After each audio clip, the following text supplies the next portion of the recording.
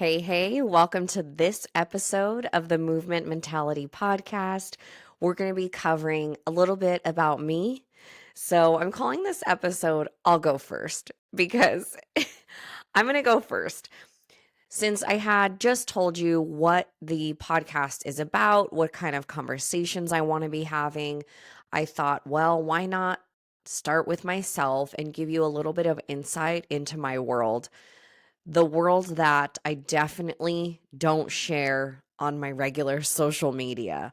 So, as I'm recording this, I'm 39 years old, and interestingly, I had a birth story listening session with a woman who was absolutely incredible. And I'm in this very raw, questioning my life existence mood today. I have a raging headache, I'm not gonna lie, because I cried a lot yesterday. I always have a headache the days after I cry. But I wanted to share with you my I'll go first with the mentality that is required to move forward when life keeps kicking you when you're down.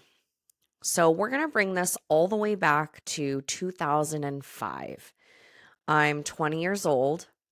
And my dad had been declining in health basically my entire life. So I kind of grew up with this dad who just sat. We had two living rooms. We called one living room the big living room and one living room the small living room. You walked into the house, big living room was on the right, small living room on the left. And my dad was always in the big living room, basically just deteriorating over time. And he always said this phrase, I'm sick and tired of being sick and tired. And I heard that sentence thousands of times. Like, I can't even tell you how, maybe more than that, maybe 100,000. I have no idea, but it was a lot. So he was never someone that I like looked up to or was like inspired by or, motivated by. I was always just like, hey, like I'd walk in the door and just be like, hey, hope you had a good day. Like, I don't know. Um, so I'm 20 years old. It's Christmas Eve, and my dad has always been obsessed with Corvettes. And why I was telling you about his illnesses is because this particular year he was already in a nursing home, and I was living in Orange County, or I don't know if it's called a nursing home, but he was being taken care of by other people because I had moved out of the house at 18 or 19, and my sister was obviously out of the house. She's 7 years older than I am. And I, from Orange County, picked up my dad in Santa Barbara at this, what I'm going to call it a nursing home, right? So my dad was in this nursing home, and I pick him up on my way from Orange County to Lompoc, where I grew up, which is a small coastal town in Santa Barbara County. And it was so wild because I'm driving along, I park, I get into this nursing home, and I'm super freaked out by everything. I'm like, everyone's old, everyone looks super unhealthy. Holy moly, right? So I look around, I'm looking for my dad, and I don't even know where to go. I'm just looking around, and I don't even recognize him because my whole life he had this huge belly. He's like 6'2", maybe 6'1", but he's a tall guy. And he was like shriveled down to like a skeleton, basically, in my opinion, right? Not really, but like he was so skinny. And I had never seen him like that. He'd always been a very large person to me. So he was unrecognizable to me. And this guy was in a wheelchair, and I'm like staring at him, and I'm like, Dad? And it was him. It was weird. It was like talking to a stranger. It was just the weirdest thing. So by this time, he's had dementia, amnesia, kidney failure. Dialysis is what I think kind of accelerated his decline. He had lost like 60 pounds in like a month or two, or it was something crazy where people were like, that's not good. So so I pick him up. The whole thing's kind of awkward. I don't really recognize him. It okay.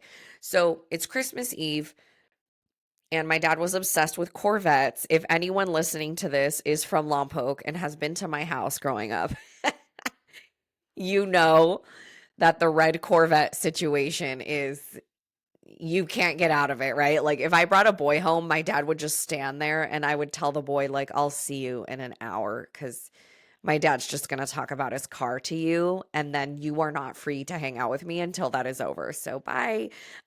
He would take him to like the garage and talk about all the car things. So that was a cute memory of my dad. So red Corvettes was his thing. So it's Christmas Eve, and my dad says to the whole family, I really want to open Christmas presents tonight. And we had never done this in my entire life, right? I'm 20 years old at this time. We always open one Christmas present on Christmas Eve, and the rest are on Christmas morning. We've never opened all of our presents on Christmas Eve. But my sister was going to leave early for whatever reason. She maybe had to work or something, but she wanted to leave Christmas morning and not leave the day after Christmas. So I think my dad maybe had some kind of like, Shauna's leaving, let's open presents tonight. So my mom looks at me, my sister looks at me, and I'm kind of like the decision maker. And I'm like, okay, I guess we're going to open Christmas presents tonight. Like, I'm so weirded out by this. So my dad's hands are under his thighs. He's like sitting on his thighs. And he says, I would really like to open presents tonight. And everyone's weirded out.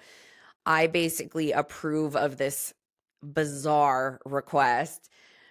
And he opens, all kinds of Corvette stuff. He opens a big toy Corvette. One of my aunts had got him it's a Corvette, but it was a toy car, right? Like it had a motorized remote thingy.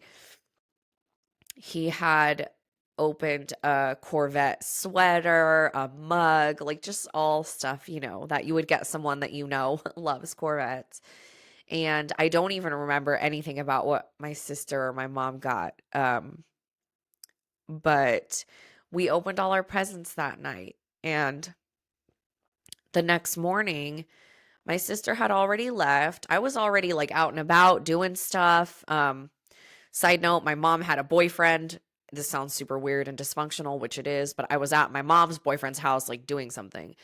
And my sister had left already, and my mom calls me and she tells me to get over to our house, and it's bad, right? And I had already thought it was weird that no one was like, excuse me, up and doing stuff. It was already like 10 a.m. on Christmas. And at 8, I was like, okay, I can't just like sit here. So what? So it was late on Christmas morning and nothing had happened because I was like, why is everyone still sleeping? So I drive over from my mom's boyfriend's to my house, my childhood home. And my dad had passed away in his sleep.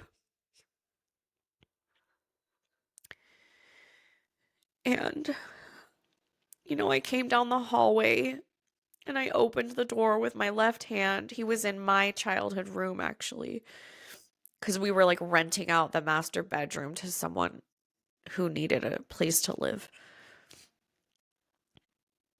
And I really don't think a child should ever have to see their parent dead in that way, his lips were purple and blue, and the smell was already like off.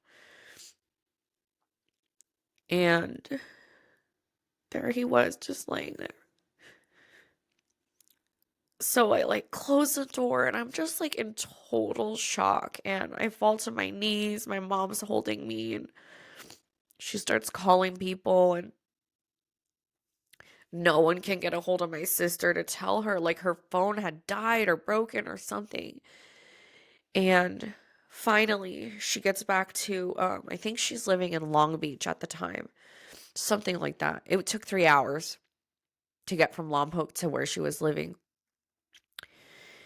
And she said she had been crying the entire drive home and she didn't know why.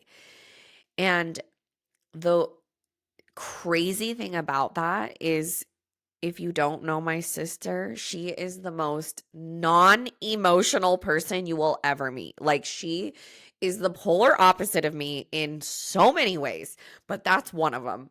Although we look like twins and we sound alike and speak, and our mannerisms are the same, like, you can totally tell we're sisters, but we're like totally opposite. It's hilarious. Um, and she was crying the whole time, and we were just like, wow, this is crazy. So, this is one of my whys, right? Is I grew up seeing someone deteriorate, being very unhealthy, very depressed, smoking cigarettes, constant doctor's office visits, dialysis. He, it's like when you attract these things, you attract, like, he took a bite of a burger and got E. coli in his foot. They had to chop off his toes. He went blind in one eye, deaf in one ear. Like, it just, this guy was falling apart, right? And then my mom and him are like not together, but she has a boyfriend, but they're still married. It's the whole thing is just what? So that's the father situation I grew up with, right? Like, I'm 20 years old. He'd been dying my whole life slowly. We find him on Christmas morning, passed away. So now let's fast forward to 2014, and I'm 29 years old at this time, right? So I lose my dad at 20 years old, and at 29, I am, I'll never forget it. I know exactly what I was wearing. I know everything, right? I was wearing a tiny little black romper with big black wedges. I mean, at the time, this is when I was like in my prime, like teeny, teeny, tiny, and just like living the dream in San Francisco. So I had been living in San Francisco, and I was going to one of my best friend's birthday parties. It was April, and her birthday's April 22nd. Is that right? No, I think the date is right. Anyways, I know it was in April. So it was April. No, her birthday's April 16th. Sorry, April 16th. It doesn't matter. It's one of those days. I'm getting ready for her going away part, or her birthday party. And I'm 29. I get a phone call from my mom,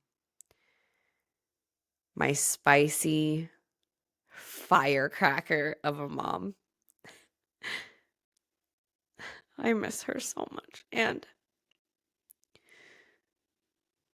I was facing the front door. I answered the call, and she's crying. She says, "Sweetie, I have to tell you something. I have cancer. It's stage 4. It's not good. And that was one of the worst days of my life." Another fall to my knees moment. And the guy I was living with at the time, I don't even know where he was, but he was not there. So I'm alone, and we don't talk for very long. She kind of just tells me the news, and I just don't know what to, I just, you know what I mean? I'm like in complete shock, because my mom is very vibrant and very, like, my mom is annoyingly energetic, right? Like, anyone who meets me, they're like, "Wow, you have a lot of energy." And I'm like, I have a lot of energy. Like, I am a 100th fraction of my mother. Like, you think I have a lot of energy? Like, holy moly, you should meet this woman, right? I'm 4'11. My mom was 4'9. So I basically go to this party and just pretend like nothing happened. Like, that's what I do. I just like, what do I do with my hands now? So I get in the car, I drive to this party. I don't tell anyone. I'm just like happy birthday. Yeah. Oh my God. Kiss, kiss, drink, drink, whatever. And we were told she had 12 months to live. During this time, my sister, so this is the end, this is 2014. And during this time, my sister we've already found some weird stuff in her brain, and my sister does not take this well. My mom is super ill. We're starting chemo. No one lives in Lompoc anymore in our hometown. And my sister doesn't take this well. And I believe the stress of it all is what caused most of the issues with my sister. So basically, think of all 2014 of just like my mom starting the whole process of chemo and this and that and all the things. So I'm living in San Francisco. My sister's in SoCal or LA, or Orange County. They're all it's like one clumped area. Not really, it's totally separate. But she's a little bit closer, right? She's like 90 minutes to 3 hours away from my mom. I'm 5 to 5.5 hours because now I'm way up north in San Francisco. So my sister takes on most of the appointments and drives my mom here and there and doing all the things. And I drive up every weekend that I possibly can for the entire time that I could. I had a black Toyota Corolla, which I loved. I actually would have bought that car again. I had a little black Toyota Corolla, and I drove to Lompoc every weekend that I could. And in 2015, this is early, this is like February, my sister gets something called a cavernous malformation. And it's basically when a cluster of blood vessels gets like stuck. Like they're supposed to pass each other, like totally normal, but these blood vessels get like stuck together and form a ball, like a raspberry, right? And it's not good. You don't want a cavernous malformation in your brainstem. I believe it's from the stress of my mom dying, basically. And it's not good. 2015 was the darkest, hardest time of my life. My sister has to have brain surgery. My mom's about to die. And on top of it, the guy that I'm living with, we were together for 3.5 years. He ends up telling me that he's basically been cheating on me our entire relationship. And okay, great. So he was horrible. We don't like him very much. So my sister gets brain surgery February 24th, maybe 25th, 2015. And I'm staying with my mom. Now it's March. And so my sister had brain surgery end of February. And then March 16th, I was with my mom, laying with her in bed as she took her last breath. And I was fortunate enough to be with her when she left this earth and crossed over.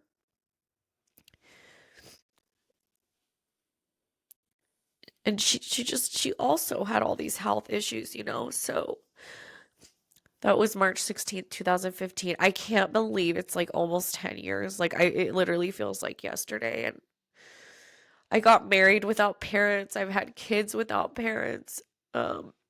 Doing the thing. So my sister has to recover from brain. So I believe my mom waited to pass until after my sister's brain surgery. So my mom made it 11 months. She didn't make the full year like we were projected she would have.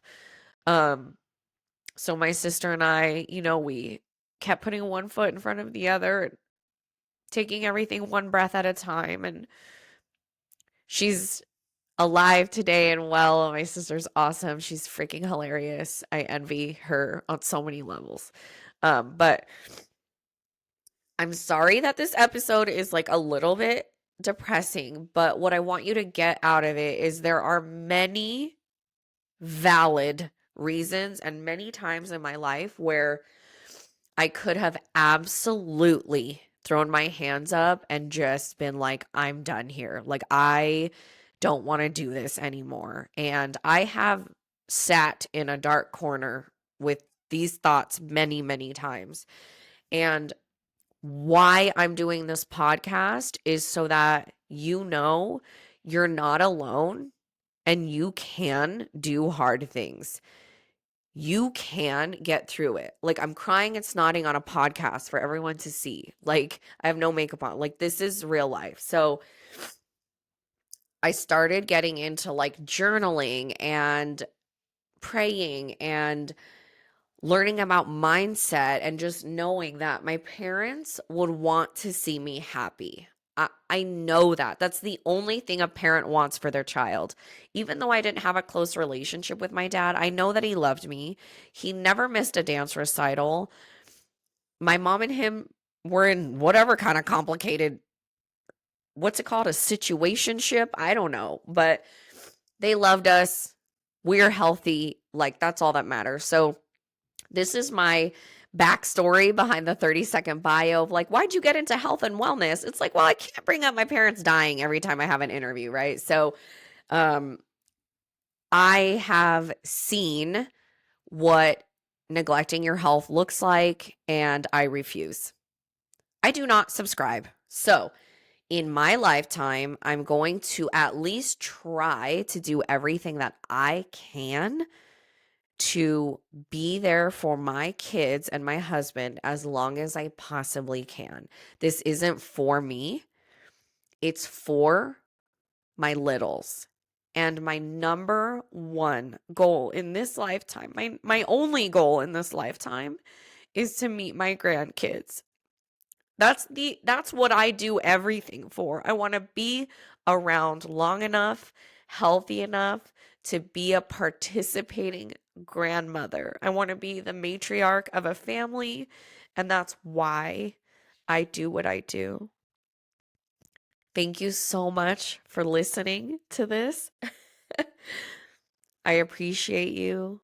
I love you. There's a lot more where that came from. They won't always be this sad, but for the first, movement mentality, like the mentality behind the Missy Bunch, for the first episode of that, I needed to share this with you so that listening forward, you know where I come from, you know why I stand in the beliefs that I do, and you know the reasoning why I'm so passionate about helping others break through their barriers, because I've had to do it alone.